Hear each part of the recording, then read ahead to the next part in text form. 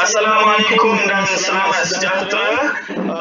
Kami daripada kumpulan 4 daripada Seksyen 3 akan membentangkan tajuk tentang sifat tanah terhadap kesan kekuatan. Berikut adalah nama pelajar daripada kumpulan kami. Yang pertama, saya sendiri, Muhammad Amir Fala bin Ahmad Kamil. Yang kedua, Nurul Heriani Arfida binti Muhammad Arifin. Yang ketiga, Harid Yakzan bin Jaish. Yang keempat, Muhammad Alif Rewan bin Nusnan. Dan di situ juga ada nama pensyarah yang mengajar kami, iaitu Tuan Haji Amir Khan bin Suwandi.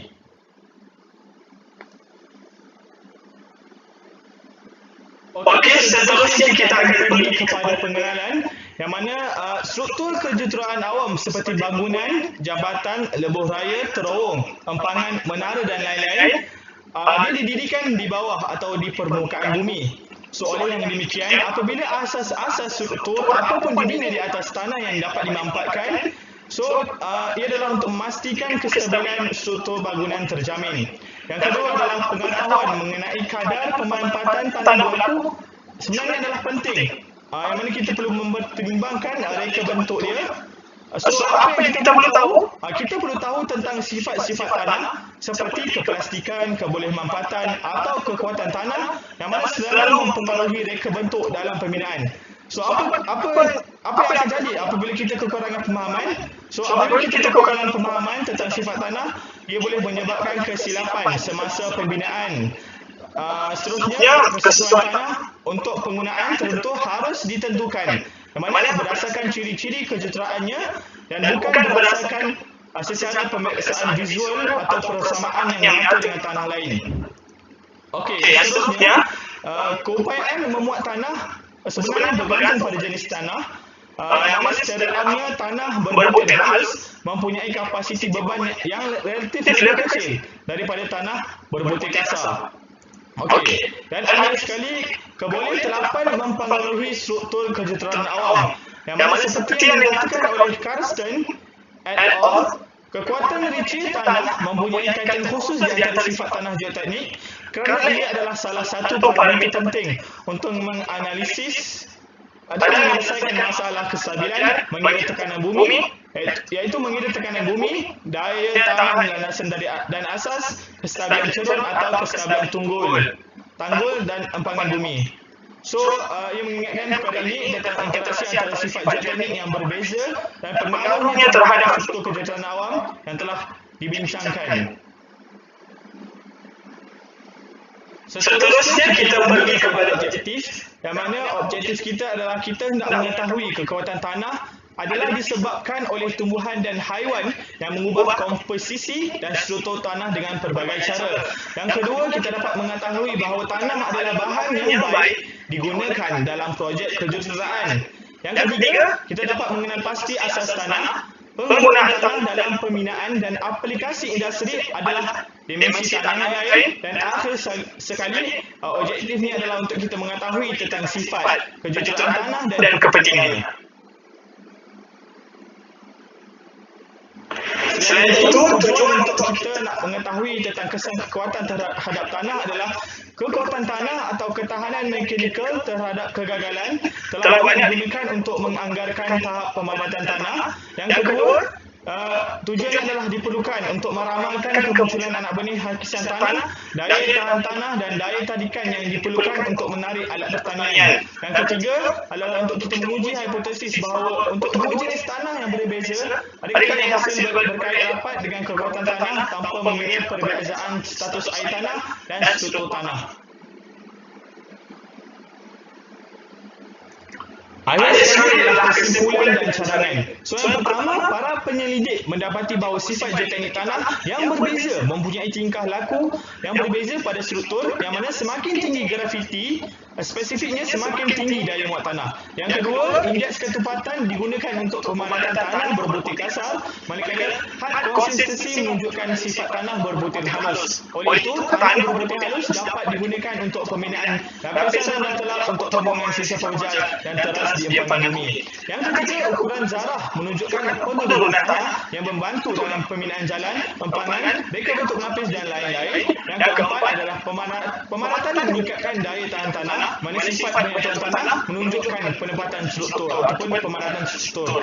Yang akhir sekali adalah kekuatan licin adalah sifat geoteknik tanah yang paling penting, iaitu ia membantu kestabilan struktur kejuruteraan awam yang awan atau di bawah bumi. Sekian, terima kasih. Assalamualaikum warahmatullahi wabarakatuh. Saya Haris Azan bin Jais. Seterusnya saya akan menerangkan tentang literature review soil properties on strength effect. A study was conducted to generate two soil engineering properties, which is shear strength and friction angle. Both of it relate to slope stability from the database of soil agricultural indices. None of the tested properties explain about shear strength distribution among the soils, but the validated model predict friction angle for the larger database, which show non-significant temporal differences from the present data set used in this study. So, a combination of this data with other special land attributes would be great to improve land management and slope stability prediction.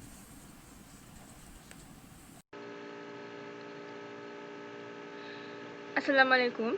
Nama saya Nurul Heriani Afida binti Muhammad Arifin, AA 181969. Saya akan membentangkan dalam bahagian metodologi yang terdapat 3 jenis kajian yang kami kaji, iaitu kawasan kajian taburan titik sampel, sifat persempelan dan fizikal tanah ujian dan penentuan, ciri kebolehtapan dan kekuatan licin.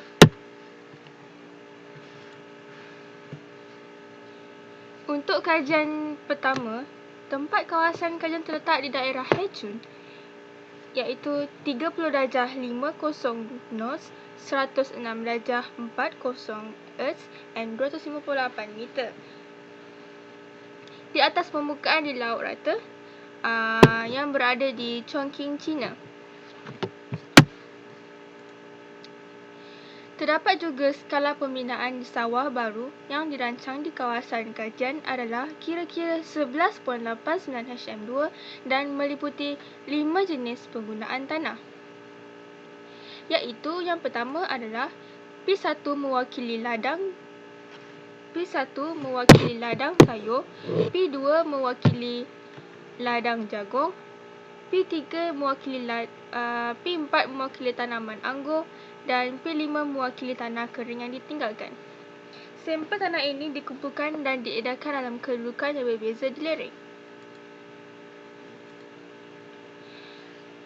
Untuk kajian kedua, mengenai sifat persempelan dan fizikal tanah ujian. Yang pertama, 10 kilo sampel tanah dengan kedalaman 5 hingga 20 cm akan dikumpulkan di setiap titik sampel di kawasan kajian untuk membuang blok kerikil besar, sisa haiwan dan tumbuhan dan kekotoran lain. Untuk sampel yang akan dikeringkan di udara dalam persekitaran yang berventilasi, kemudian akan dilakukan pengisaran dan penyaringan. Yang ketiga juga, komposisi partikel tanah akan mempunyai ketepatan puka dan kandungan serpihan batuan masing-masing yang ditentukan dengan kaedah pipet, kaedah cincin, pemotong dan kaedah mencuci air. Yang keempat adalah had plastik cecair tanah yang ditentukan oleh penguji bersama had plastik cecair paparan digital STYS 1. Dan yang terakhir adalah penentuan ciri kebolehtapan dan kekuatan licin. Untuk menentukan kekuatan licin tanah di bawah kandungan air yang berbeza, tanah kering udara dikonfigurasi dengan 7 kecurunan kandungan air, iaitu 7%, 10%, 13%, 16%, 19%, 22% dan 25%.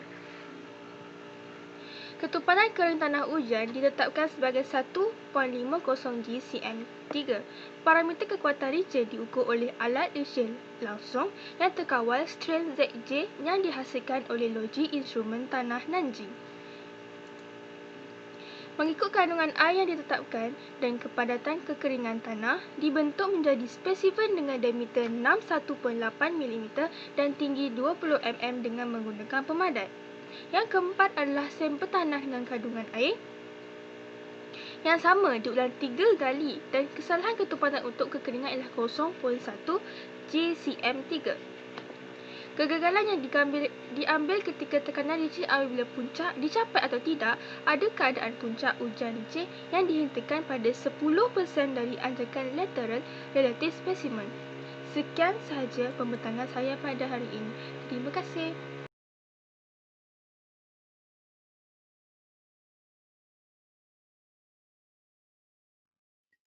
Okey, di sini saya akan explain mengenai result dan end discussion. Yang pertama sekali untuk bahagian result, kita ada the relationship between the shear stress and displacement. Untuk point pertama, the stress, strain and relationship curve under the water content of 90% and 25% were selected to analyze the characteristic of shear process. Yang ni kita ada dalam figure 4, nanti saya tunjukkan.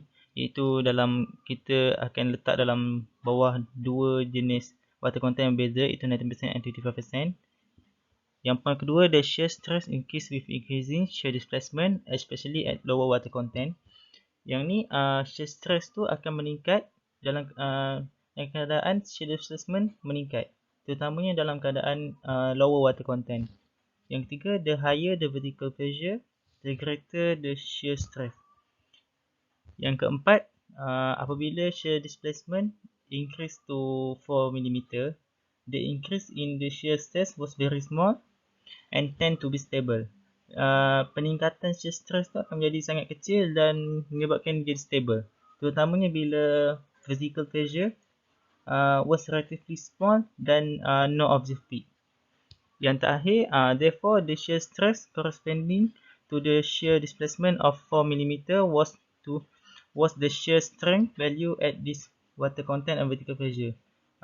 Sebab itulah shear stress corresponding to the shear displacement yang dekat 4 mm itulah shear strength value at this water content and vertical pressure. Ini ialah figure 4 yang saya cakapkan tadi. Kat sini kita ada sample point yang berlainan, iaitu daripada P1 sampai P5. Kesemuanya dekat different moisture content, iaitu antara 19% and 25%. Dan net normal stress, iaitu daripada 100 kPa hingga 400 kPa. Untuk point kedua, untuk result ialah effect of water content and vertical pressure of shear strength. Untuk point pertama, a direct shear test is used to determine the relationship between the shear stress and shear displacement under different vertical load. Kat sini kita tengok dia direct shear test ni dijalankan untuk mengenal pasti hubung kait antara shear stress dengan shear displacement di bawah vertical load yang berbeza. Untuk point kedua, the shear strength was negatively correlate with the soil water content and positively correlate with the vertical pressure in figure 5. Kat sini kita boleh lihat dalam figure 5 di mana dia menunjukkan shear strength ni negatively correlate bila dengan soil water content, tapi dia akan positively correlate dengan vertical pressure. Yang ketiga, apabila pressure dalam keadaan 100 and 400 kPa, the range shear strength of the sample ni dia akan jadi meningkat, iaitu dia akan jadi P1 besar daripada P3, besar lagi P5, besar lagi P4, besar dari P2 dan seterusnya yang ni. Lepas tu, the range of maximum variation in the soil shear strength of sample with water content was, dia akan jadi macam ni, P3, P1, P5, P4 dan P2. Dan high sekali during the change in vertical pressure of 100 to 400 kPa, the larger the vertical pressure, the greater the variation in the shear strength with water content. Makin besar vertical pressure, makin greater the variation of shear strength with the water content. Ini adalah figure 5 yang saya cakap tadi, iaitu variation of soil shear strength under soil water content yang berlainan dan vertical pressure yang berlainan. Seterusnya untuk bahagian discussion. Point pertama, the occurrence of soil damage is often caused by the destruction of internal soil particle, and the shear strength is an important indicator reflecting the ability of soil to resist shear damage. Yang ni dia cakap soil damage tu yang biasanya disebabkan oleh destruction of internal soil particle, dan shear strength is an important indicator, untuk indikator yang penting untuk kita tengok ability soil untuk mengelakkan shear damage. Seterusnya, the movement and rearrangement of soil particle are influenced by the water content. Penyusunan semula tanah, partikel tanah tu dipengaruhi oleh water content. In this study, the soil shear strength was significantly influenced by the water content, which is consistent with other studies. Dalam kajian ni kita tengok the soil shear strength tu dia dipengaruhi, memang signifikan dipengaruhi oleh water content. Yang poin keempat, under the same vertical pressure, the total pressure required for soil destruction decrease with increasing water content, resulting in easier destruction of soil sample. Yang ni kita boleh kaitkan dalam figure 4 dan figure 5. Bila vertical pressure tu sama, total pressure yang memerlukan untuk soil destruction tu berkurang dengan peningkatan water content, menyebabkan easier destruction of soil sample. Untuk poin terakhir, the reason for this is when the water content increase, the water form a lubricant on the surface of soil particle, resulting in a decrease in the internal friction angle of the soil and a sharp drop in cohesion between the particle. Kat sini dia cakap sebab soil water content ni meningkat, water akan form a lubricant dekat permukaan soil particle yang menyebabkan pengurangan internal friction angle tanah dan sharp drop in cohesion between the particle.